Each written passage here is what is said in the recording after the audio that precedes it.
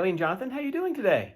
I was just sitting here warming up on some with steady hands. The next piece that you're gonna be working on after we get through the technical issues in musical issues in tons. Before I forget, 2, 3, 4. So I hope you're having a good time at Girl Scout camp, and sorry you couldn't make it to our recital today. Hopefully we'll have another one pretty soon that you'll be able to come and play at. So anyway, so I want to jump into today's lesson. There's two main things I want to talk about today. One being some right hand technique, and then some left hand technique.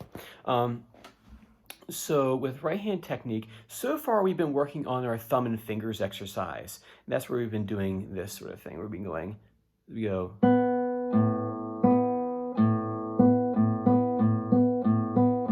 Try and keep your hand like jello, super loose, even when we go fast.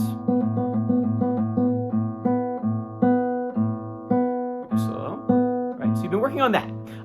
And so now, what I want to do is combine a little bit of left hand with that technique. So we'll do our D major scale, right?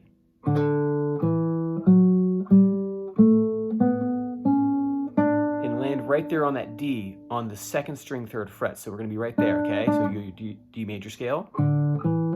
Good thumb placement, right? Right? And what I want you to do is we're going to start there. And the notes that you're going to do are just the top part of the D major scale. So it's going to be D, E, F sharp, G, and then A right there. So we're just going to be on strings 1 and 2 on the E string and the B string. And we're going to start here on the 3rd fret, 2nd string with our 2nd finger. Same thing that we did with our D major. That's where we're going to be, right? And we're going to do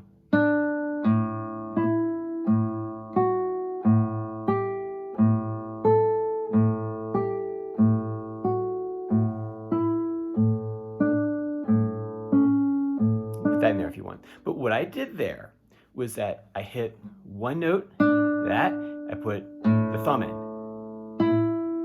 Thumb. Thumb. And I go up those 5 notes. D, E, F sharp, G, A. And in between each one, I put the thumb on the A string on the 5th string. So as we do the note, D, A string bass. Thumb. G, thumb, A, thumb, back down,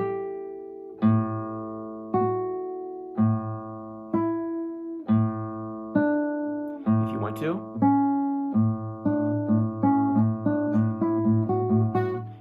Actually, that'd be kind of neat if you want to. I know you've been kind of dabbling in some composing. That actually might be kind of fun if you want to play around with that a little bit.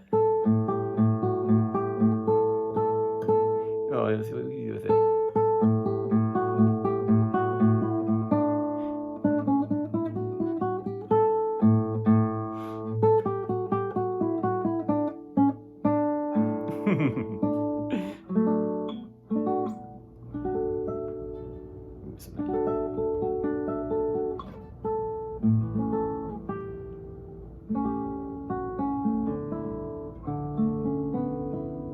There we go.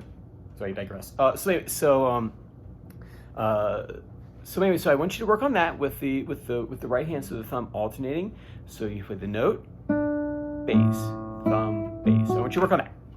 And then with left hand technique, let's just do a quick recap on our left hand, on our right hand fingers. Even though we're going to be talking about left hand, is that each one has a letter name. It comes from the Spanish. I'm not going to try it because I'll butcher it. So we'll go through each letter. So the thumb, P, index, I, middle, M, and then ring finger is notated with an A. I've written it down here for you. I even drew a little turkey over here for you to follow. And then E, if you're curious. Even though we don't use it a whole lot, I think only Rasquiatos will use it. But I know some people have developed it. I myself don't have that kind of free time. I wish I did. So that's the letter E right there. So the part I want to look at for left-hand technique is the Bach tons. And so it's that same spot, what I call preparation number 3 for the Bach tons. It's that part at the very end. It's in the second part. It's from here.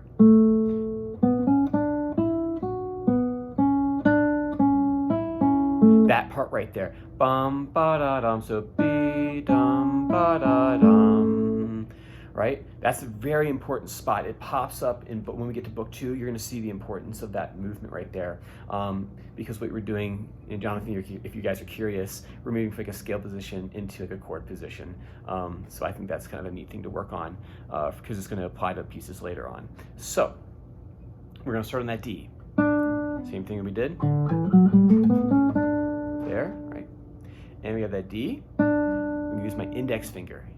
Index, I, move down here. So here. And what I call this, I think of this is like opening the doorknob, right? So go up the doorknob and you turn, is that the right way to turn it? Anyway, it's turning this way. And so you have here, and you turn it this way. So you take your arm, you rotate your arm like this, and turn it this way. So it's going, your thumb is going down. So thumb down, you're turning the doorknob. I should go test it out, see if that's the right way to turn. Like shutting the door, opening it, I don't know. So the thumb goes down, right? And the reason why it's important, because here, see what my hand did? So you can practice going from D here, and there's a C sharp right here. I remember when I was studying with Ricardo, this was like a huge thing, huge. I remember spending a whole quarter at DU just working on like, how does the left hand move efficiently? And it's all this here. I spent a lot of time watching cello players and it's movement from there. It's not just from the hand, but when you do this here, and so maybe here I go to D, C sharp. See, I turn just a little bit. So don't be like, Mr. Duck told me to turn my hand like right far this way, so don't do that. It's just a little bit. What Ricardo would say, stop trying to please me so much. He's just turn it a little bit. So.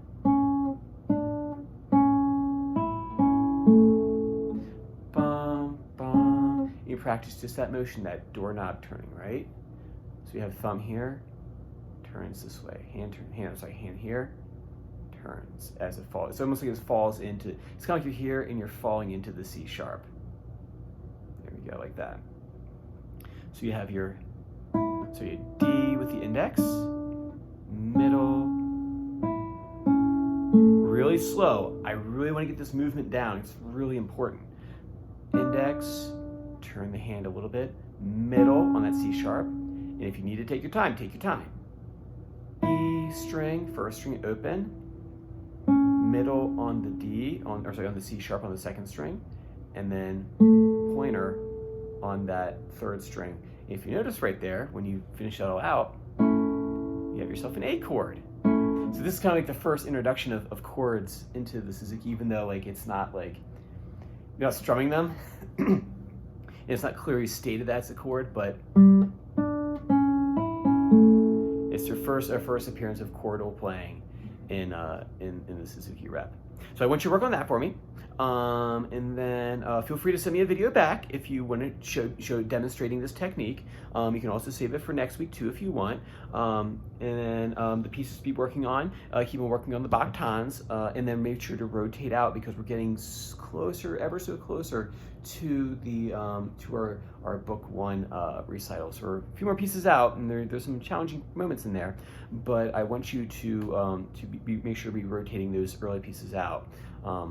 Even Twinkle, Lightly Row, May Song, I'm gonna be checking those more frequently. So good, so work on right hand technique, thumb and fingers exercise, and then that part in the Bach tons where you switch in and we actually land into a chord. First appearance of a chord. All right, cool. I think that's what we have time for today. Do you have any questions for me? No? All right. I'm sorry, I totally forgot. I forgot to draw you a picture. We'll do that next week, okay? All right, and if you have any questions, I will see you same time next time. Bye-bye.